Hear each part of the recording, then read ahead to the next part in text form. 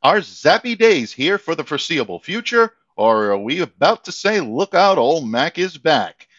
Stay tuned, folks. You're about to be locked in to the Locked On Patriots podcast.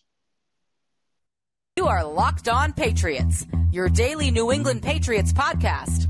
Part of the Locked On Podcast Network, your team every day.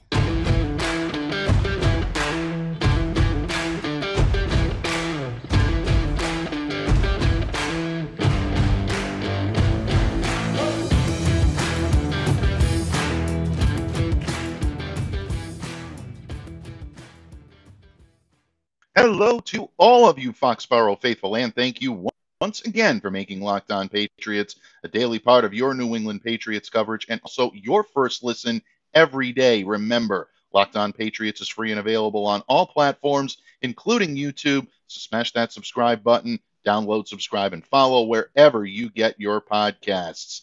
Today's podcast is sponsored by BetterHelp. It is not a crisis line. It is not self-help. It's professional therapy done securely online, available to people worldwide. And they have a special offer to my listeners who will get 10% off your first month at betterhelp.com/lockedon.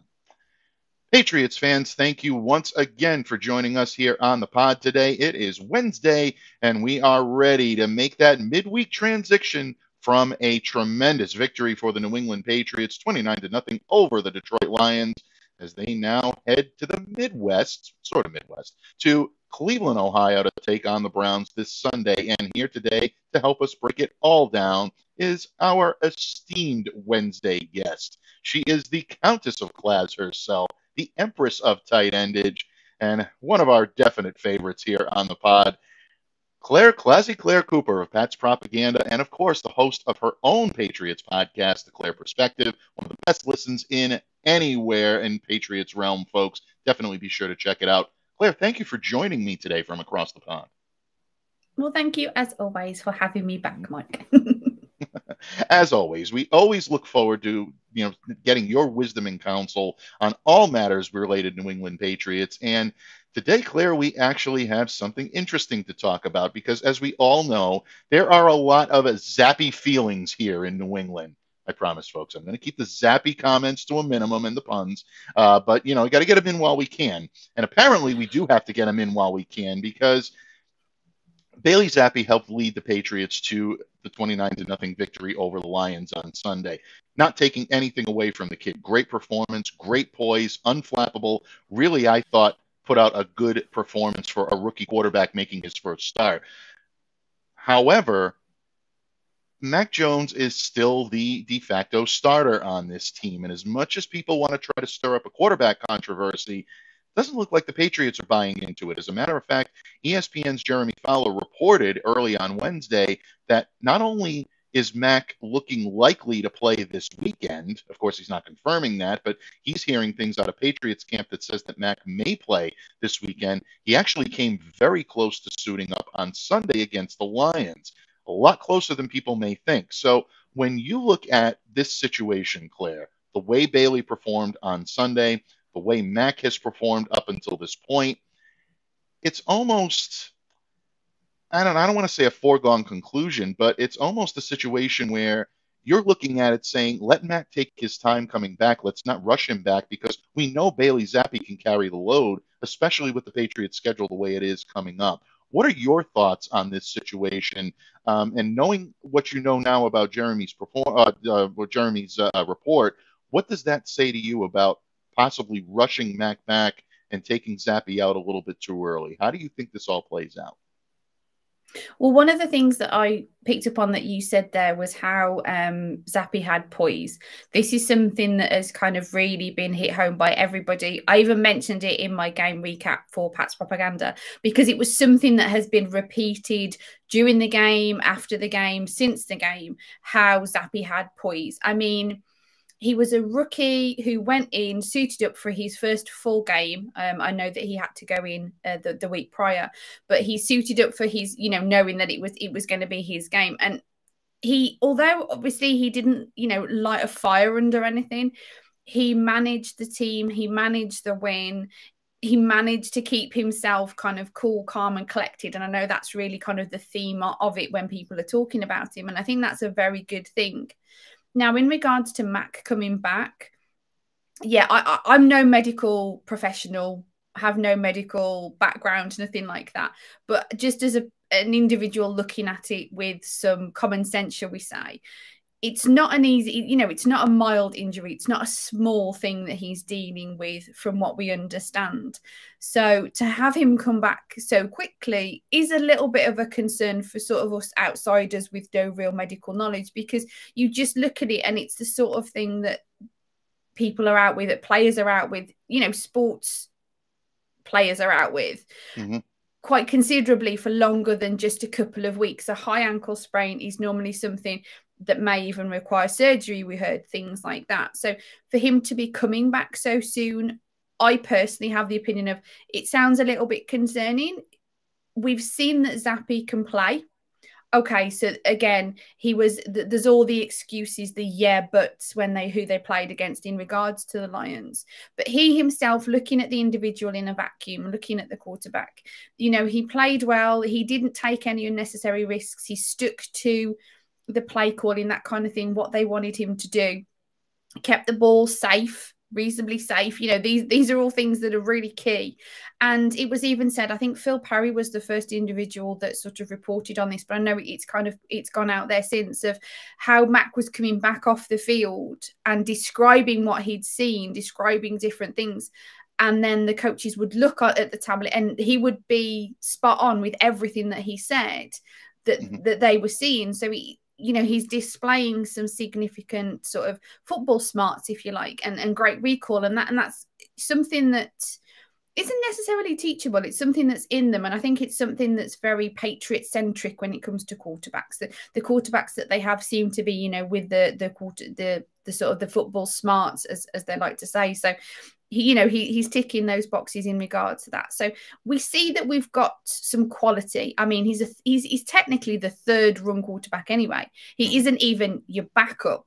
So to have a third run quarterback with his talents, with his skill set, with what we've seen from him so far, quite considerable. We should count ourselves reasonably lucky that we haven't got, an absolute bleep show of a third string quarterback. Because I know that there's some teams out there in the NFL that will probably give their right arm for a decent second ring quarterback, let alone third. So looking at it from that perspective, we've got something that seems workable, seems successful. So why rush the future of the Patriots back? We know that, Zappe isn't knocking Mac off his perch for number one quarterback.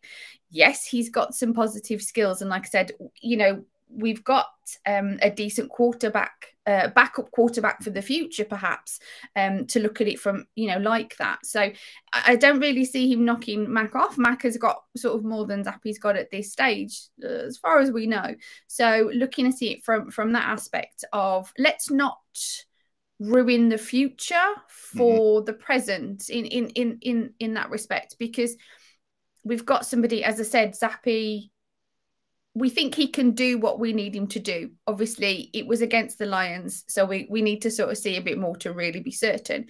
But he nursed it well, and to me, he seems like, a good option. Why risk making things worse for Mac when you've sort of got a guy who can sort of nurse the team to a victory? And let's see a few more games. I feel it's worth the risk of a few more games to sort of see exactly what Zappe's got, and to give Mac that rest period, that chance to recoup, recover, mend, whatever really is needed, so that, like I said, you aren't trading in the future for the present. Right. Very good point. Very, very good point. And I like the fact that you brought up the difference between what you see on the field in a given moment as opposed to the bigger picture. And I think that's something that a lot of fans have to keep in perspective right now. Bailey Zappe looked good on Sunday. And you mentioned that, he's seeing the field well. Bill Belichick even remarked about that after the game, that he was very impressed by the way the kids saw not just what the play that was going on, but plays 2 or 3 plays ahead. that's poise beyond your years. That's wisdom beyond your years. Mhm. So that's a very good trait for a quarterback to have. And the Patriots are enamored with something like that. Where I think it becomes a little bit of, let's say, that social media filter is the win. The win is always going to put a filter. It's always going to put rose-colored glasses on something that you watch in terms of a performance. So Zappe's performance is always going to look better in hindsight because of the 29-0 victory. One thing that I point out, and one thing that I always come back to, and Greg Bedard did a great job of breaking this down for the Boston Sports Journal, is the New England Patriots had 4 red zone opportunities where they had first downs at the Detroit 21, actually the 21 twice, the 19-yard line and the 17-yard line.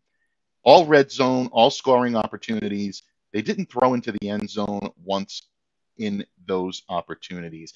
That to me says that you're looking to not just manage the workload of your quarterback, but that the confidence level in being able to execute some of these plays might not be as high as maybe the fan base thinks it is, or maybe that teams think that that they're going to see from players like Zappe. So to me, that's where bringing Mac back in might actually make more sense than initially thought, because my thought process, like you, is a high ankle sprain, 2 weeks, maybe not enough time to really convalesce. Probably going to need a little bit more than that. Don't rush the guy back. Let him take his time. Let Bailey Zappe continue to move the offense along, and then you can bring Mac Jones back in. But at the same, when you look at what Zappe did against a porous Detroit defense, I mean, let's be very honest. This is a bad defense. It might make sense that they want to ingratiate Mac a little bit more while he has the opportunity to get his legs back in than throw him back into the fire against a very difficult defense, which after a little bit of a respite on this schedule, Patriots do have some pretty good defenses coming up that they have to tack on. But that's a point. The future that they've got, the schedule that they've got for the future, just kind of, in theory, gets more difficult. So why rush him back? And the other point to make is when you were discussing the sort of the red zone opportunities that they missed out on, don't forget it's not Zappe in a vacuum that's different in this offense. It's not just the fact that they've got a third ring quarterback in there. They've got an offensive coordinator, a play caller, whatever title or that you want to put around what they're supposed to be. They're new, they're learning, they're developing, and you've got pieces within the offense that's kind of either in its second year of development or in its first year from being a rookie. So it isn't just Zappe in a vacuum, as I've said, that's new in the system. There's a lot of little teething problems that they need to kind of get right. And I don't know if just putting Mac back in suddenly blanket solves all those issues. And like I said, it risks kind of making him worse for the future, for the more difficult opponents that they've got going forward. So that's kind of my 2 cents and my sort of common sense on the matter. No, I think that's great common sense, and I think it's a great point. And eventually, the New England Patriots will make their decision. They hit the practice fields on Wednesday. We'll see what Mac's workload looks like. I fully expect him to be out there. He has been out there for the last few practices, folks. Still clearing the cobwebs from a bad sinus infection, folks. Believe me, you do not want to wish that on anyone. And definitely lack of caffeine definitely deals with it as well. But we will see what his workload looks like on the field. He'll be at practice, and we'll see if he continues to be limited or if it looks like he's compromised at all. In my opinion, that's the point where you draw the line and say, okay, now Bailey Zappe is more than capable, throw him in there. But if Mac is looking like the Mac of old, could be a very interesting week for the New England Patriots in terms of decision-making as to who's take snaps on the field. Claire, it is always fun to talk about these matters with you, but we're going to talk about a subject that's very near and dear to your heart in just a moment, folks, because when Bailey Zappe needed to get things going on offense, who did he look for? He looked for tight endage, and he found it in the form of Hunter Henry with a scene that kind of broke open and broke the ice on Sunday in a lot of ways for Bailey Zappe. Is that the resurgence of the prolific tight end that is a favorite of my guest today? Well, we'll talk about that in just a moment when this episode of the Locked On Patriots podcast continues. Now, a word from our sponsor, BetterHelp. Folks, we all know that it can be tough to train your brain to stay in problem-solving mode, especially when you're faced with one of life's many challenges. But when you learn how to find your own solutions, there is no better feeling. And a therapist can help you become a better problem solver, making it easier to accomplish your goals, no matter how big or how small.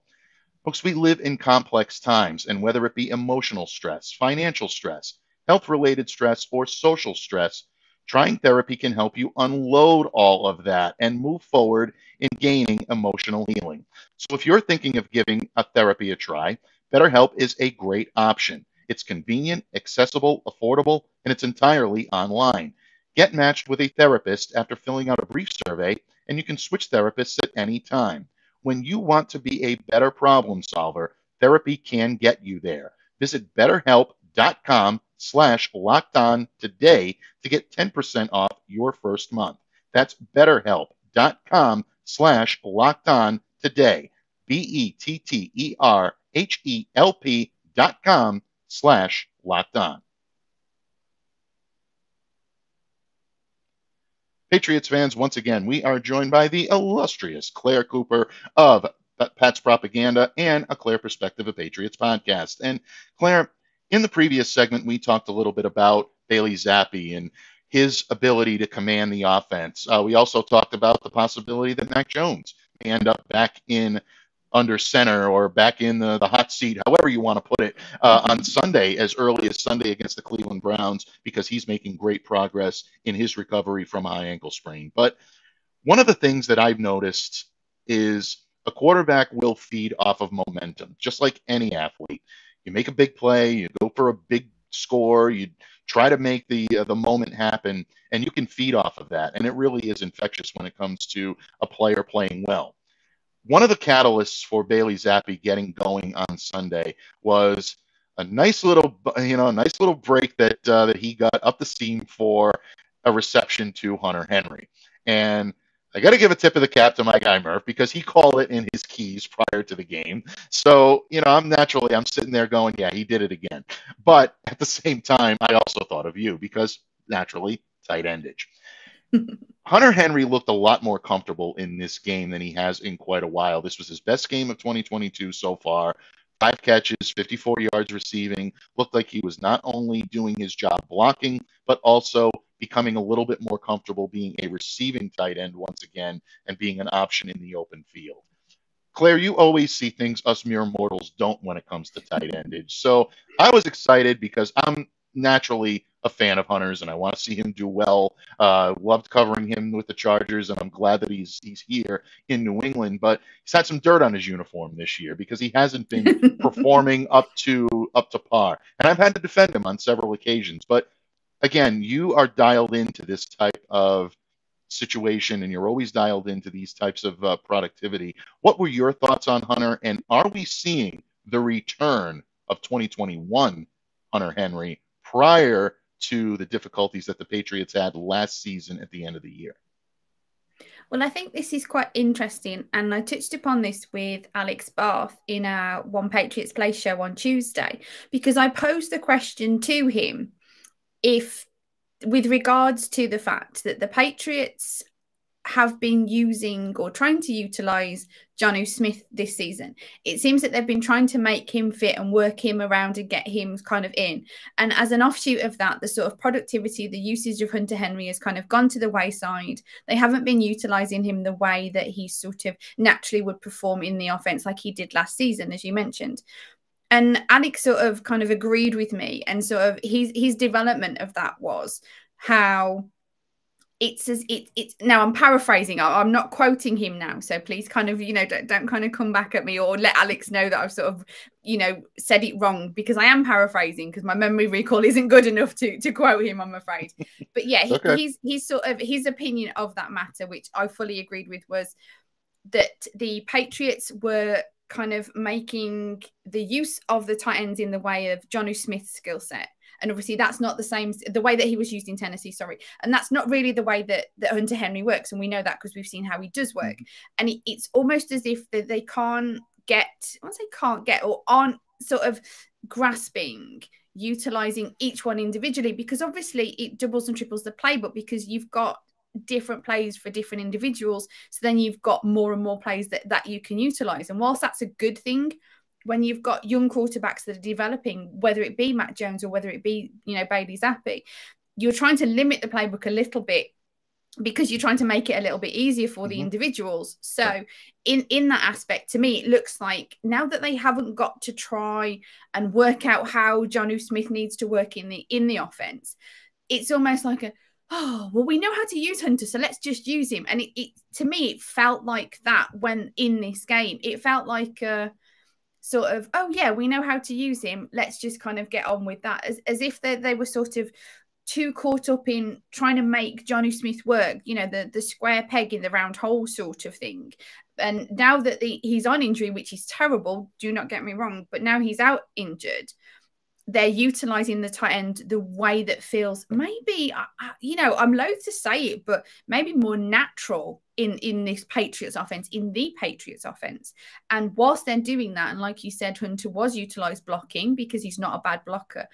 The other thing was the other Patriot tight end that they had was they elevated, Matt Sokol from the practice squad. And really one of his main traits is to be a good blocker because he's quite a solid sort of individual. So they're utilizing Sokol as a blocker. It releases Hunter Henry out there to do Hunter Henry kind of things when it's needed, and or pulling coverage when it's needed, because we know that he's not completely undynamic when it comes to a playmaker. He's just not one of the top ones. So I think it's a combination of things as to why we're seeing the resurgence from Hunter. It's lovely because I love to see the dynamic between a tight end and a quarterback. I mean, I've recently been reading the fabulous Blood and Guts book by Tyler Dunn, and that really kind of encapsulates all different things in regards to the tight ends. And so if you haven't read, go out and pre-order that, by the way. So a little plug for my friend Tyler there. Go out and order his book. But it's magnificent when it comes to describing how the tight end has evolved. But the dynamic between the quarterback and the tight end, which is the point I'm trying to get to, and sort of how the relationship can be so tight. Now, it can be in regards to quarterbacks and wide receivers. Don't get me wrong. I'm not sort of saying, it's very special to QBs and TEs. It's not. But when you've got that sort of almost telekinetic, I think that's the right word, relationship with them, and they know sort of what they're thinking, you bring up all the sort of success within the team. And we've seen this because we've seen this Tom Brady, Rob Gronkowski, the major successes from both of those individuals was together. Now, I'm not comparing any of this to Rob and Tom, don't get me wrong. I'm just sort of trying to sort of put it in parallel to sort of explain what I'm trying to get to. So that everybody can understand me. So yeah, I think a lot of the success in regards to Hunter is them being able to utilize him the way that they're used to, the way that feels very Patriots way. And as I said, the blocking with Sokol. So yeah, not to repeat myself, but yeah, that's really what is sort of key. And what I'm hoping for is that when Smith does come back off injury, they've had the time to work out the kinks, to see how they utilize Hunter and carry on doing that. And they kind of have started to develop of how they need to utilize Smith, initially in the first few games, and do that. And rather than have them as two separate things that they kind of only seem to be one or the other, they can integrate the two. And maybe later in the season, we see some much more of the kind of two tight end play that we've kind of really been clambering for the last few years. Yeah, I think there's something to be said about forcing 12-man and then trying to incorporate 12-man. And I think you're seeing maybe an uneven balance for the Patriots in the first part of the season, maybe trying to force that a little bit too much. And I think you articulated that perfectly.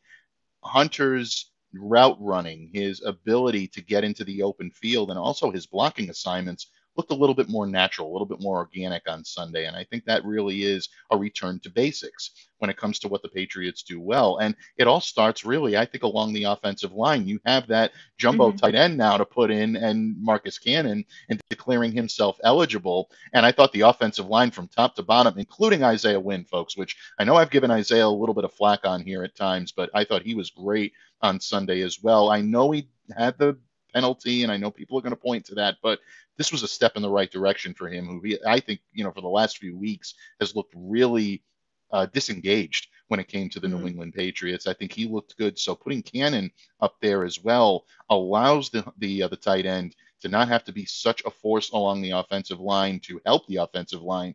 they really didn't need much help on Sunday, and that all helps to cultivate a tight end to play his natural position. I think that's one of the reasons why Hunter looks so good. And again, I thought you articulated that perfectly. Oh, thank you. But it's almost like something that you mentioned in regards to Cannon. It feels a little bit like the pressure has been released a little. The offensive line seems to be clicking a bit better. They seem to work out what they need to do a little bit more with bringing in Cannon and stuff like that. And the elevation of Sokol, I think, may have been a bit of a key as well. But yeah, it just seems to be that maybe a few things clicked. Maybe the pressure was off a little bit.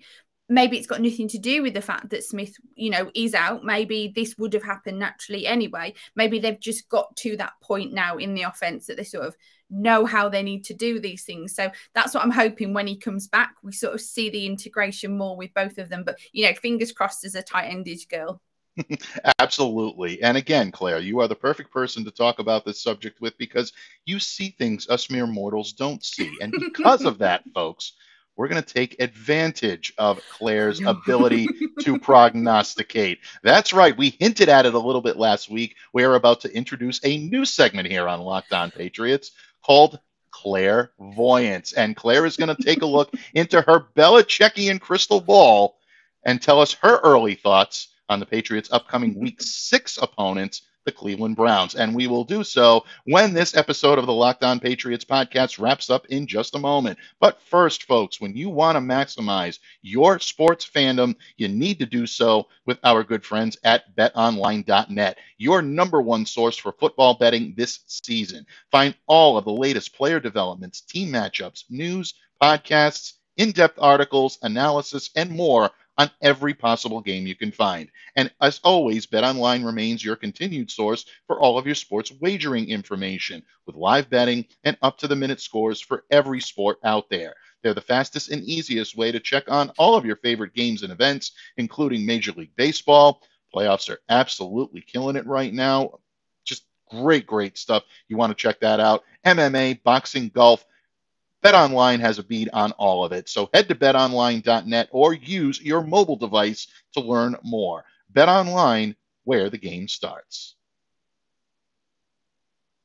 Patriots fans, once again, the Countess of Class, the illustrious ClazzyClare Cooper of Pat's Propaganda and a Claire Perspective, a Patriots podcast, joins me today. Claire, I've been wanting to do this for a week. You know that when I get a dumb thought in my head, I am always willing to put it out there and exploit it for all of the cheesiness that it has. But in all actuality, it really is. It gives me the opportunity to give you the platform to be able to show your prognosticative skills, which are second to none, by the way, folks. And I say that without jest. Claire is definitely good at being able to see the future. She's even clairvoyant, you might say. So, folks, we are starting a new segment here on Locked On Patriots. Today, each and every time Claire joins me on the microphone, a little clairvoyance for you. And forgive me, we don't have some of the animations that I'd like to have just yet, but we are going to take a look into the Belichickian crystal ball, Countess. And we're going to talk about the Patriots' upcoming opponent, the Cleveland Browns. Now, obviously, Deshaun Watson is not going to be under center. Old friend Jacoby Brissett will be. And strong running game, but this is a defense that can be had as well. So, in a lot of ways, things are lining up almost like they did in Week 5. But, folks, don't take that from me. We want to hear the clairvoyant opinion on this situation. So, Claire, take a look into that Belichickian crystal ball and let us know your thoughts on the Patriots' upcoming opponent, the Cleveland Browns. Well, if we're really going to run with this, you're using a coffee cup. That's great. I like it. I'm looking on tea leaves. The tea leaves. Oh, the tea leaves. Yes, I'm sorry. It's old Yankee habits die hard. Yes. Read the tea leaves. Oh, yeah. If only. Really, I wish. But yes. Okay. If we're going to roll with this, we're going to roll with this. But yeah. But seriously, as you said, the one thing in regard to the Cleveland Browns is, PFF have got them as the 5th ranked defense and the 6th ranked offense, which I don't know. I found a little bit surprising. I didn't realize the defense was sort of quite as up there from things that I've seen, things that I've heard, things that I've read. They do seem to be possibly a team that is actually quite decent when it comes on paper. I mean, they've got that word that some individuals love to use, weapons. Oh, I'm just really not good with the weapons thing. But anyway, yes, they have weapons on offense. They have the likes of kind of the tight ends of Njoku and, you know, Harrison Right. Bryant, you know, but Nick Chubb, duh. And they've got who's the other one? Amari Cooper, wide receiver. I mean, you drop in names really that are considerable, that have been sort of, you know, money makers, if you like. So it's not that they're lacking when it comes to weapons, as people like to say, and their defense is ranked really good, but they just seem to be a team that kind of are out there beating themselves. It just seems that way, that when you see what they've done sort of so far in the season, and they're 2-3, and, you know, there was a couple of losses that really seem to hinge on an interception by Brissett. You know, it just seemed to be, it just really kind of crumbled after the interception, and those 3 interceptions resulted in the 3 losses. And I mean, if that had kind of slightly gone another way, they could possibly have been 4-1. However, we can say that about a lot of things when it comes to the Patriots in regards to the Green Bay and the Steelers game. You know, there are key elements there that if you could slightly twinge, then things would really spin on an axis. So it seems to be that their coach likes to play a little bit fast and loose, maybe. You know, maybe this is what's kind of going to be what sort of the thing that is making them beat themselves, if you like. So the Patriots seem to be a team that sort of a history. So we don't really know if the team right now is the team that we're thinking, but generally speaking, a team that can let you beat yourself. They're a good team, good football smarts, and that's what's there to let you beat yourself. So I foresee, yeah. Wait, let me just check. Oh, I foresee. Okay. Generally, my common sense is, if this is the case of this is a team that have got some weapons, but the Patriots is a team that's got a good defense. We've got a really good defense, and I stand by that because I believe that we do.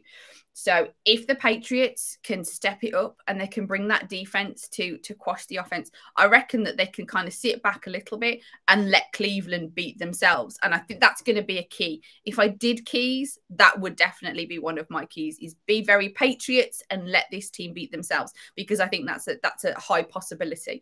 So I'm throwing that out there as my clairvoyant thing, is the Patriots are going to step it back and let Cleveland beat themselves. I think the defense are going to be another significant part of this game. I think going forward to the season, in my clear perspective opinion, the defense are going to be sort of, see, defense wins you titles. Is that the cliche that they like to throw around? But I think kind of in the Patriots situation, particularly this year with what they've got in regards to young quarterbacks, Matt coming in and out, or, you know, utilising Bailey Zappe, I think keeping the defense stable, solid, performing well, which I think, you know, the boogeymen are coming back. I love that. I know some people don't like it, but I do. I have the t-shirt from the original, so I'm ready to kind of bring that one back out and rock that sort of thing. So yeah, bring the boogeymen back, because I love it.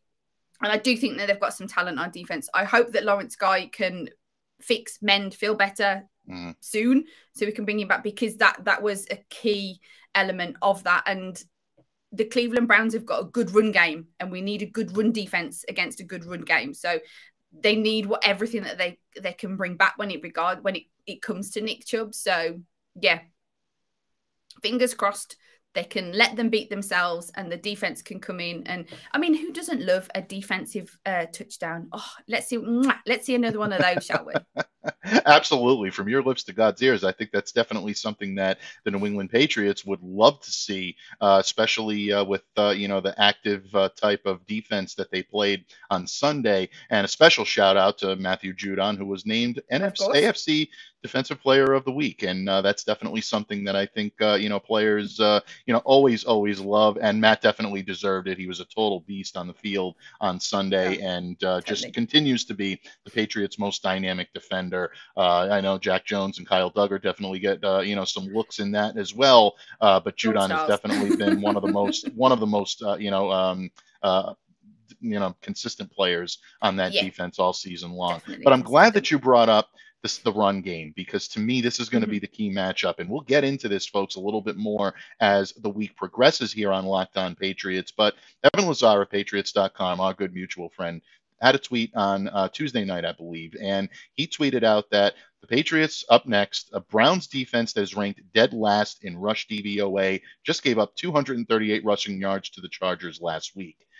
That, to me, is something that the Patriots can exploit if they're smart in being able to do it. The Chargers utilized Austin Eckler very well last week.